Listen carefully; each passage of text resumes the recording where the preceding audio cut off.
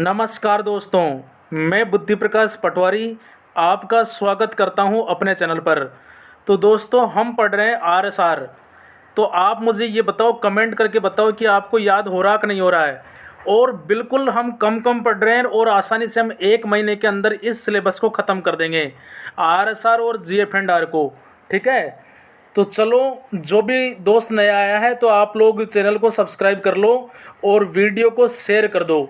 ठीक है, तो अपन आज का पार्ट पढ़ने से पहले, 7वां पार्ट पढ़ने से पहले, जो कल अपन ने पढ़ा था उसको एक बार रिवाइज कर लेते हैं शॉर्ट में 30 सेकंड के अंदर। ठीक है भाई, तो चलो देखो क्या पढ़ा था अपन ने कल। अपन ने पढ़ा था नियम 13, पढ़ा था ना भाई, रूल नंबर 13। रूल नंबर 13 में बताओ मुझे क्या है। 13 में क्या था भाई, सेवा की आधारभूत शर्तें। 13 में क्या था, सेवा की आधारभूत शर्तें। 14 में बताओ क्या था, एक व्यक्ति एक पद। ठीक है भाई, 14 में क्या था, एक व्यक्ति एक पद। 15 में क्या था भाई, मुझे बताओ। 15 में क्या था, पदाधिकार। 15 में क्या था, पदाधिकार। ठीक है, और 16 में मुझे बताओ भाई, 16 में क्या है। 16 में क्या है, पदाधिकार कब तक रहेगा। ठीक है, 17 में मुझे बताओ, पदाधिकार का निलंबन। 18 में क्या पढ़ा था भाई, पदाधिकार को समाप्त कर देना। और 19 में बताओ भाई क्या था, 19 में स्थानांतरण, पदाधिकार का स्थानांतरण, यही था ना। 19 में क्या था, पदाधिकार का स्थानांतरण। ये तो हमने कल पढ़ा था। चलो अब बिना देरी किए हुए आ जाते हैं आज। और आज भी हम बस पढ़ेंगे, कम कम पढ़ना है लेकिन पूरा याद होना चाहिए, बस ये अपनी शर्त है। कम पढ़ेंगे, देखो अपन आसानी से पढ़ेंगे तब भी 1 महीने में आराम से हो रहा है, ज़्यादा कोई टेंशन लेने की ज़रूरत नहीं है आपको। ठीक है भाई, लाइक कर दो वीडियो को आप लोग। चलो आ जाइए और देखते हैं आज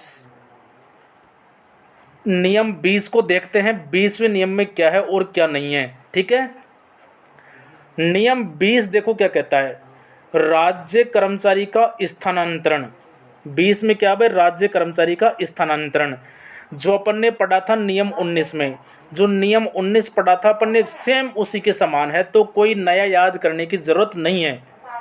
नियम 20 में क्या है, राज्य कर्मचारी का स्थानांतरण वैसा ही है जैसा हमने नियम 19 में पढ़ा था। ठीक है, अब देखो आप लोग 21 साल के हो गए, नियम 20 कितने के, 21 के। और 21वें में क्या है, जीवन बीमा या भविष्य निधि की सदस्यता आपको लेनी है। कितने साल के हो गए, 21 साल के, और आपको जीवन बीमा या भविष्य निधि की सदस्यता लेनी है।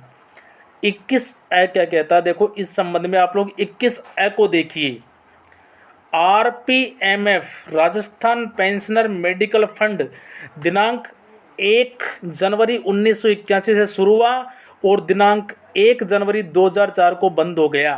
ठीक है भाई, इसको तो कोई ज़्यादा इम्पोर्टेंट नहीं है।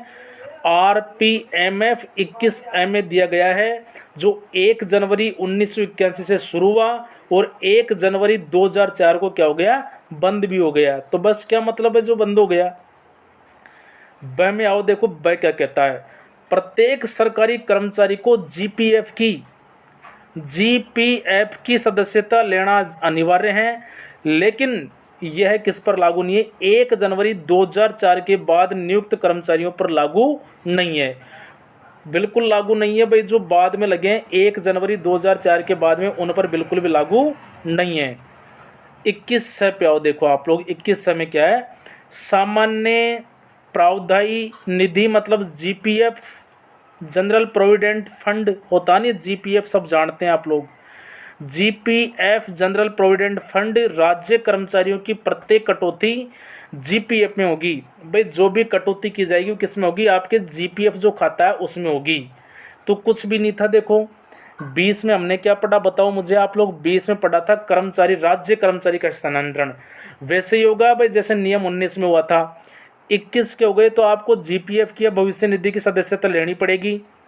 21A में देखो, 21A में क्या है, RPMF Rajasthan pensioner medical fund 1 जनवरी 1981 से शुरू और 1 जनवरी 2004 को बंद।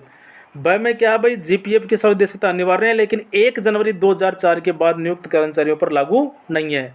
इसी प्रकार नियम से 21 को देखो, मतलब जीपीएफ में जो प्रत्येक कटौती होगी वो किस में होगी, राज्य कर्मचारी कटौती जीपीएफ में होगी। ठीक, आओ बढ़ते हैं 22वां नियम देखते हैं। 22वें में आपका दे रखा है जो प्रोबेशन में जो ट्रेनिंग में अगर कोई छोड़ जाते हैं उसकी फीस है, उसके बारे में हमें दे रखा है। चलो देखो अगला, अगले में क्या है 22वां देखिए, अगला देखिए भाई 22वां कहाँ गया 22वां, 22वें को देखिए 22वां कहाँ है, ये रहा 22वां। चलो भाई 22वां देखो, 22वें में क्या है, कुछ नहीं है, बॉन्ड के संबंध में है ये 22वां किसके बारे में, बॉन्ड के बारे में। भाई प्रशिक्षण काल में दिया हुआ भुगतान पुनः जमा कराना, इस नियम के तहत क्या होता है भाई देखो, परिशिष्ट 18A के तहत बंद पत्र भरवाया जाता है। यदि बंद पत्र के अनुरूप सेवा न हो तो कर्मचारी से मूल रकम वसूली जाएगी। जब आप भाई ज्वाइनिंग लेने जाते हैं तो आपसे एक बॉन्ड भरवाया जाता है। क्या भरवाया जाता है, आपसे एक बॉन्ड भरवाया जाता है। ठीक है, क्या भरवाया जाता है, आपसे एक बॉन्ड भरवाया जाता है। ठीक है, तो उस बॉन्ड का उल्लेख किसमें भाई, परिशिष्ट 18A में। परिशिष्ट 18A के अनुसार क्या होता है, आपसे एक बॉन्ड भरवाया जाता है। और 22B में क्या दे रखा, नियम 22B में बंद पत्र में सेवा करने की अवधि ये भरवाई जाती है भाई 18B, जो अपने को बॉन्ड भरवाया जाता है उसका परिशिष्ट 18B के तहत भरवाया जाता है। देखो क्या है, इस फॉर्म में क्या होता है, क्या शर्त है बंद पत्र की, यदि प्रशिक्षण जो ट्रेनिंग की अवधि 3 से 6 महीने तक हो तो आपको 1 वर्ष सरकारी सेवा में ज़रूर देना पड़ेगा उस सेवा में, और ट्रेनिंग की अवधि 6 माह से 1 वर्ष हो तो आपको 2 वर्ष निकालने पड़ेंगे, और यदि प्रशिक्षण अवधि 1 वर्ष से 2 वर्ष हो तो आपको कितने वर्ष, 3 वर्ष, कितने वर्ष, 3 वर्ष। कुछ भी नहीं है, देखो यार याद कर सकते हैं। 22 में क्या है, भुगतान पुनः जमा कराना ट्रेनिंग काल का यदि आप छोड़ते हैं तो 18A के तहत है, और बंद पत्र के अनुसार सेवा न हो तो कर्मचारी से मूल रकम वसूली जाएगी। और 22B में बताओ भाई क्या है, सेवा करने की अवधि बताई गई है परिशिष्ट 18B के तहत 3 से 6 महीने, कितने, 3 से 6 महीने तक 1 वर्ष सेवा करनी है, और ट्रेनिंग 6 माह से 1 वर्ष हो तो 2 वर्ष आपको ज़रूर नौकरी करनी है, और 1 वर्ष से 2 वर्ष हो तो कितने वर्ष, 3 साल पहले नहीं छोड़ सकते, नहीं तो आपको बॉन्ड भरना पड़ता है। ठीक है भाई, जो भी लोग जाते हैं बॉन्ड भर के जाते हैं, तो ये बॉन्ड भरवा लिया जाता है जब आप लोग ज्वाइनिंग करने जाते हैं। आ जाओ भाई 23वां देखो, 23वें नियम में क्या है और क्या नहीं है। चलो 23वां देखते हैं। 23वें में क्या है, स्थिति जब कर्मचारी सरकारी नियोजन में नहीं रहेगा, मतलब व्यक्ति, क्या कंडीशन है कि जब व्यक्ति को बर्खास्त कर दिया जाएगा, मतलब सरकारी नियोजन में नहीं रहेगा, क्या क्या कारण है, देखो कल भी अपन ने पढ़ा था। यदि कर्मचारी पर सीसीए नियम 1958 के तहत कार्यवाही की गई हो, यदि कर्मचारी 20 अगस्त 2001 के बाद निरंतर 5 साल की सेवा से अनुपस्थित हो, मतलब 20 अगस्त 2001 के बाद में कर्मचारी लगातार बिना बताए किसी कारण के 5 साल तक सेवा से अनुपस्थित रहे, तो ऐसी कंडीशन में उसको टर्मिनेट किया जाएगा, कर दिया जाएगा, बर्खास्त कर दिया जाएगा, या फिर 16CC के तहत कार्यवाही हो। किसके तहत हो, 16CC के तहत क्या हो, कार्यवाही हो। दो ही कंडीशन है भाई, जब व्यक्ति को बर्खास्त कर दिया जाएगा। चलो 23A, इसमें बताया गया है अस्थायी कर्मचारियों को, जो अस्थायी कर्मचारी होते हैं भाई, अस्थायी कर्मचारियों को सेवा समाप्ति से पहले नोटिस दिया जाता है। कैसे देगा, यदि कर्मचारी 3 साल से ज़्यादा अस्थायी पद पर नियुक्त हो तो उसे 3 माह पहले नोटिस देंगे। भाई जो 3 साल से ज़्यादा से नियुक्त है उसे 3 महीने पहले नोटिस देंगे, लेकिन 3 वर्ष से कम से वो पद पर काम कर रहा है तो उसे 1 महीने पहले नोटिस देना होगा। मतलब 3 साल से ज़्यादा वालों को 3 महीने पहले, और 3 साल से कम वालों को 1 महीने पहले नोटिस देना है। 23B को समझो भाई, ब में क्या है, अस्थायी पदों में कटौती कनिष्ठता के आधार पर करी जाती है। इसको समझो यार कैसे है, जैसे समझना भाई आप लोग।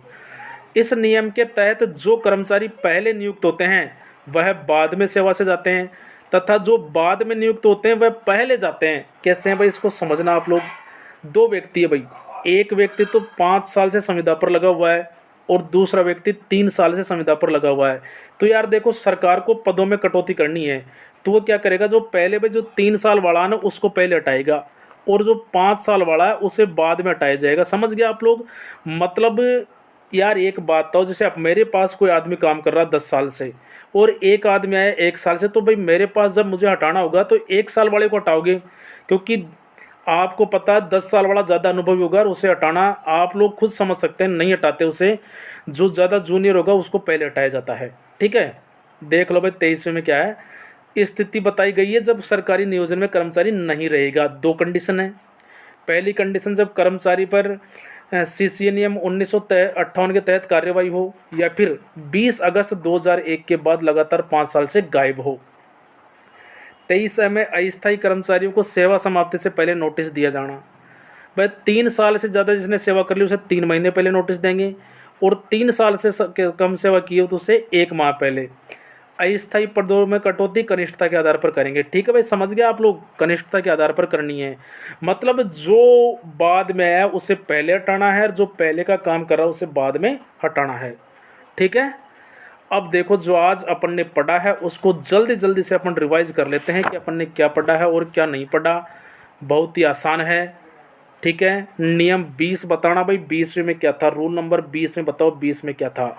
ठीक है, राज्य कर्मचारी का स्थानांतरण करना है किसके अनुसार होगा, नियम 19 के अनुसार। ठीक है भाई, 21 के हो गए आप लोग, तो जीपीएफ की आपको किसी भी जीवन बीमा की या फिर भविष्य निधि की सदस्यता लेनी है। 21 ए में क्या दे रखा है भाई आपके लिए, 21 ए में राजस्थान पेंशन मेडिकल फंड। 21 ब में बताओ क्या दे रखा है आपको, जीपीएफ की सदस्यता लेनी है। ठीक है ना भाई, और स में क्या दे रखा है, 21 में आपको दे रखा है जीपीएफ में कटौती प्रत्येक राज्य कर्मचारी खाते में होगी। 22 में देखो भाई, 22 में क्या दे रखा है, 22 में दे रखा है पुनः जमा कराना। ठीक है, ट्रेनिंग काल में जो भी भुगतान हुआ उसे पुनः जमा कराना, किसके, परिशिष्ट 18A के तहत। ठीक है, और 22 ब में क्या है भाई, 18 ब। ठीक है, इसमें क्या अवधि बताई गई है कि 3 माह से 6 माह तक अवधि हो तो 1 साल आपको सेवा करनी है। 6 माह से 12 माह है तो आपको 2 साल, और 12 माह से कितनी हो बताओ मुझे, ये 24 माह तक। ठीक है भाई, 1 साल से 2 साल तक तो आपको 3 साल सेवा ज़रूर करनी है। इसी प्रकार से आप लोग 23वां देख लो, है ना। 23वां देखिए आप लोग, जब कर्मचारी को भाई किस स्थिति में हटा सकते हैं। पहला तो सीसीए नियम 1958 के तहत कार्रवाई हो। दूसरी बात, 20 अगस्त 2001 के बाद में 5 साल तक गायब रहे। ठीक है, 23 में अस्थायी कर्मचारियों को हटाना। 3 वर्ष से सेवा किए उसे 3 माह का नोटिस देंगे, 3 से कम किए तो उसे 1 माह का नोटिस देंगे। समझ गए आप लोग। और ब में आप लोग देख लीजिए क्या है, यदि किसी को हटाना है तो पहले जूनियर को हटाएंगे, मतलब अस्थायी पदों में कटौती कनिष्ठता के आधार पर करेंगे। चलो भाई, आज तक बस इतना ही था। मिलते हैं अगली क्लास में। तो आप लोगों को अच्छी लगी क्लास तो लाइक ठोक के जाना।